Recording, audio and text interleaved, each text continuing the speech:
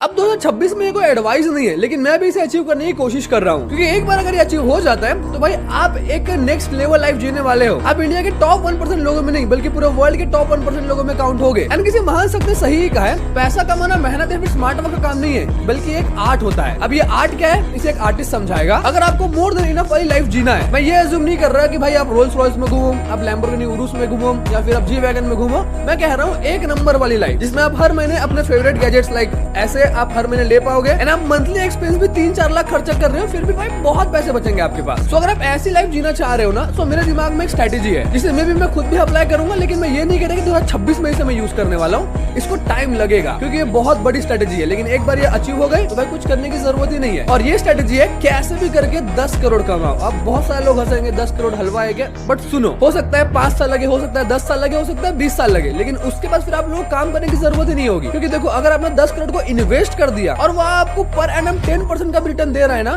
तो वो 1 करोड़ होता है। 10 करोड़ आपके वैसे के वैसे रखे और हर साल आप लोगों को 1 करोड़ का मुनाफा।